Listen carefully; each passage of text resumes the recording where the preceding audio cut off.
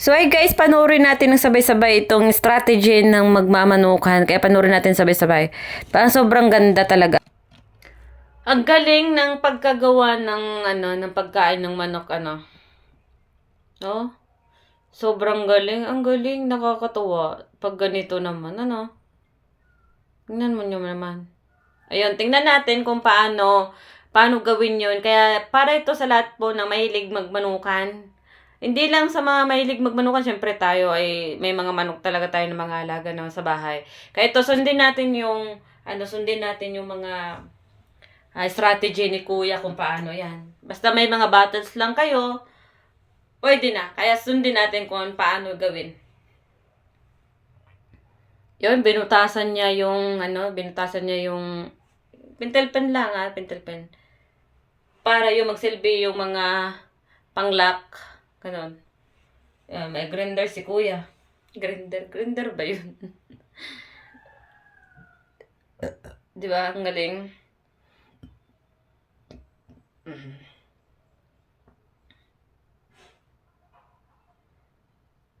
Ang galing ng strategy na to Yun.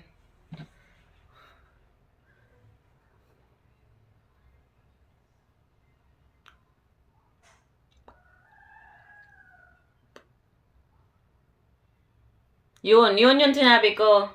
Yung tornilyo na yun. Tapos yun, basta may chinilas kayo na sira na dyan, ayos na yun. O, tapos, ipasok doon. Okay. Yun. Tapos, yun yung taklob ng yun yung ilalak mo na. Yun yung gawing panglock. Yan. Ang galing, no?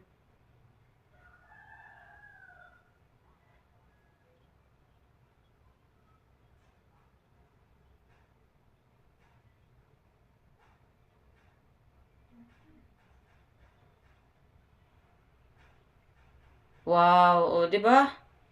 Ganun lang pala, kadali.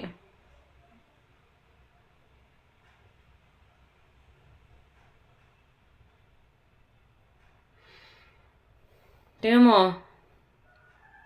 Alam nyo na kung paano gawin yan.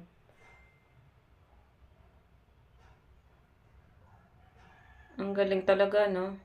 Oh, konting butas lang.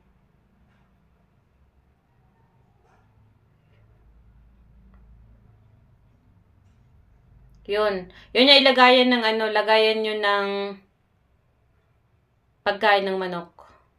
Yun. Yun yung pangsabit, 'di ba? Para ang mga manok di mahirapan. Hindi para hindi din siya matumba. O, 'di ba? Ang galing, 'di ba? Yun. Tapos yung shoes glue, pwede niyo ilagay diyan para yung butas hindi malaki. Yun, tatlo. Oh. Galing, 'di ba? Ang galing. Ang galing ng technique ni Kuya. Hmm. Pwede niyong gawin ito sa bahay niyo mga langga para makasave kayo at para mapunduan niyo kung may mga lakad kayo. Tapos nag-aalala kayo sa mga manok niyo. Ito yung pwede niyong gawin. Pwede isang araw, 3 araw, kaya umabot pa siya ng 1 linggo. Hindi niyo mapapakain yung manok niyo kasi nadublihan na siya ng pagkain. Kaya sobrang ganda talaga ng strategy ng ganito. 'Di ba? Basta hindi lang siya mababasa. Kasi 'di ba pag umulan, nako kakawa. Kahit siguro umulan, 'di ba? Kahit siguro umulan, hindi masisira yung mga pagkain doon sa loob. Kasi nga may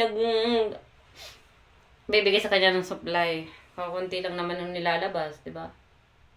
Yan 'di ba? Kagaling 'di ba? Yun.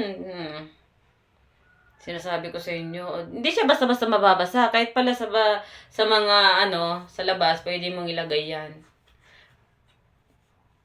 Basta mauubos talaga ng mga manok, kainin nyo, no? Yun, tubig nila. Bang galing.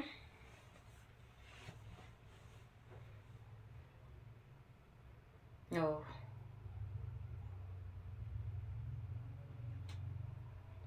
Ang galing Wow.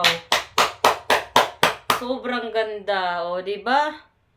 Ngayon, kakain na ng mga manok.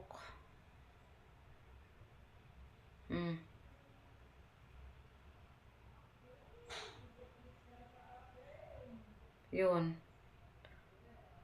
Ayun, yun. Tingnan nyo, ang galing talaga ng manok. Tingnan mo. 'Di ba? Kaya itong video na to para sa mga nagmamanukan. Lalo pa sa mga binubuster. Ito ang video na to para sa inyo. Kaya panoorin nyo hanggang dulo para may alam kayo sa mga pangyayari sa paligid nyo nang hindi masasayang ang pagkain ng mga manok nyo. Kaya tingnan nyo, 'di ba? Simple-simple lang. Tsaka, walang materialis na ginagawa dyan. Hindi mo kailangan bumili sa labas ng mga mamahalin. Basta may bote kayo sa bahay na pinag-iinuman nyo ng soft drinks, ito pwede nyo nang gawin. 'Di ba? Pwede nyo nang gawin sa nyo na makatipid din kayo. 'Di ba? Kaya for today's video, kung nagustuhan mong video na to, huwag mong kalimutan ni share. Syempre, follow mo na din ako. See you on my next video. Have a good day.